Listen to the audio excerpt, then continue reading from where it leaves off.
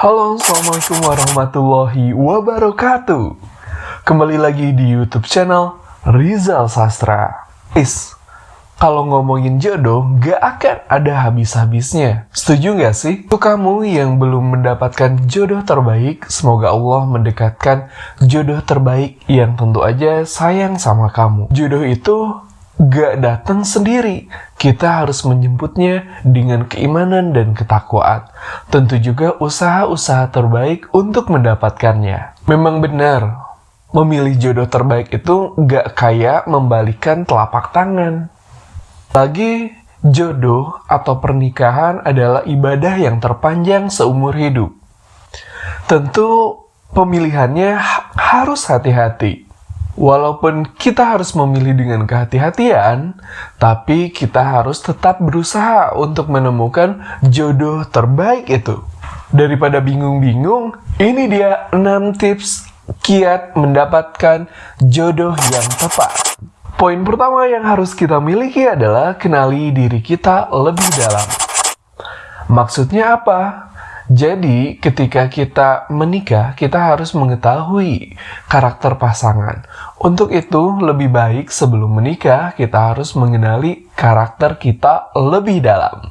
Saat mengenal pasangan lebih dalam, kita harus mengetahui karakter kita, yakni seberapa kita egois, emosional, dan lain sebagainya, agar kita dapat mengkomunikasikan itu kepada calon pasangan kita. Jadi, biar sama-sama enak ya, gak ada yang merasa dirugikan ketika kita menikah dengan seseorang, atau seseorang itu menikah dengan kita, tidak ada yang dirugikan. Yang kedua adalah dapatkan pasangan yang bertolak belakang. Maksudnya gimana sih, Jal?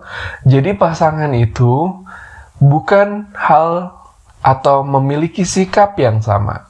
Kan pasangan yang bertolak belakang, maksudnya adalah ketika kita misal emosional, temperamental, dan sebagainya, nah kita cari orang yang dapat menyejukkan kita.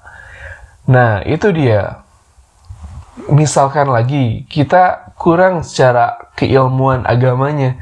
Nah, ada baiknya kita mencari pasangan yang wawasan agamanya lebih baik, agar kita dapat dibimbing atau agar kita dapat sharing terkait agama. Pernah dengar nggak ceritanya? Misalkan pasangannya itu pendiam yang laki-laki.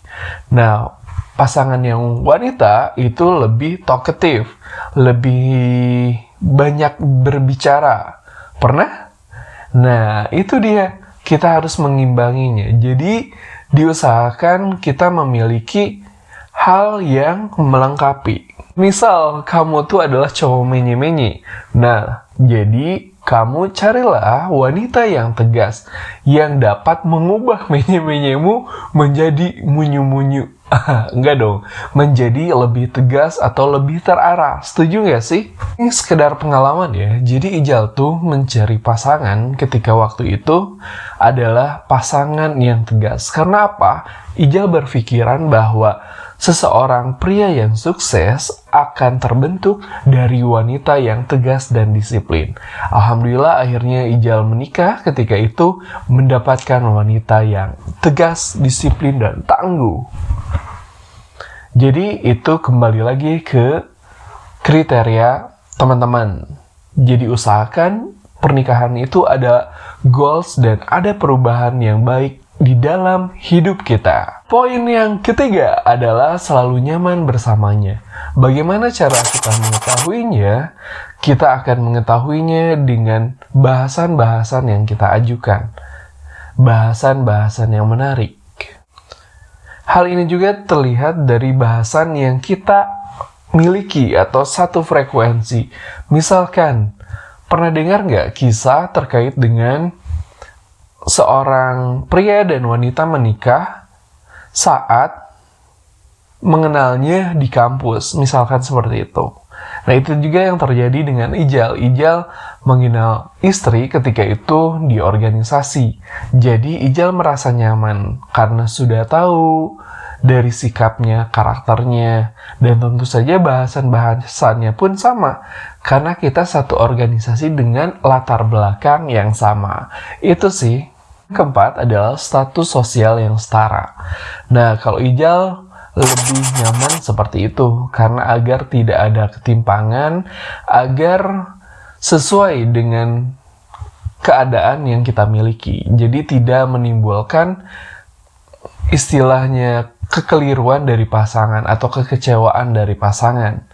Nah, agar sama-sama nyaman dan mendapatkan pilihan pasangan yang tepat. Poin yang kelima adalah akhlak dan agamanya yang baik. Jadi ini adalah poin yang utama yang harus kita pilih ketika memilih pasangan hidup. Kenapa seperti itu? Karena akhlak dan agama adalah mencerminkan sikap kita dalam memandang sesuatu. Jadi jangan sampai ketika ada suatu permasalahan yang ada atau yang disikapinya adalah dengan emosional. It's big no, oke? Jadi agama ini yang mengatur segalanya. Agar kita sama-sama nyaman dalam bersosial, dalam berkomunikasi, dan dalam segala aspek kehidupan. Bahkan seorang tokoh besar, Imam Nawawi namanya, berkata dengan romantisnya, "Aku mencintaimu karena agamamu. Ketika agamamu hilang dalam dirimu, hilang pula cintaku padamu." Bahasannya jelek banget, bener gak sih? Gak harus seperti itu. Ketika kita memiliki pasangan hidup, harus mendekatkan diri kita lebih dekat kepada Allah Subhanahu wa Ta'ala. Setuju gak sih? 6 adalah pantaskan diri.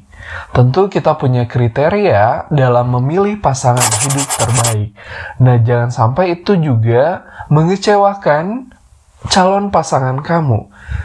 Ketika kita bungkus hanya di luarnya saja, tapi di dalam tidak. Nah, itu dia mengecewakan deh. Jadi, yuk kita sama-sama memperbaiki diri kita agar kelak Allah mempertemukan kepada kita jodoh yang terbaik, yang sayang sama kamu, dan tentu aja sayang kedua orang tua kamu. Selagi menunggu kedatangan jodoh terbaik, kita sama-sama memperbaiki diri dan mengupgrade ilmu yang harus kita miliki.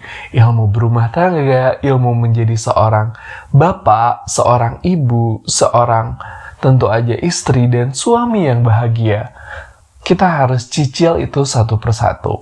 Nah, daripada kita menunggu jodoh yang belum hadir dalam hidup kita, kita sama-sama belajar sedikit demi sedikit. Biar nanti kelak kita berumah tangga dengan nyaman, aman, dan tentu saja bahagia. Nah, itu dia 6 tips memilih pasangan yang tepat dalam hidup kita. Guys, jadi jodoh itu memang sudah Allah sediakan untuk kita semua. Tugas kita hanya berikhtiar aja, berusaha dengan usaha yang terbaik.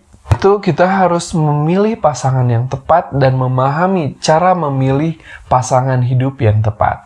Jangan sampai kita mendapat pasangan yang terlihat baik di awal saja, tapi terlihat buruk di akhir. Na'udzubillahi min dzalik. Semoga kalian mendapatkan jodoh terbaik yang tentu aja itu dapat mendekatkan diri kita kepada Allah Subhanahu wa Ta'ala. Teman-teman yang ingin share pengalaman, silahkan tulis di kolom komentar. Terima kasih sudah menonton YouTube channel Rizal Sastra.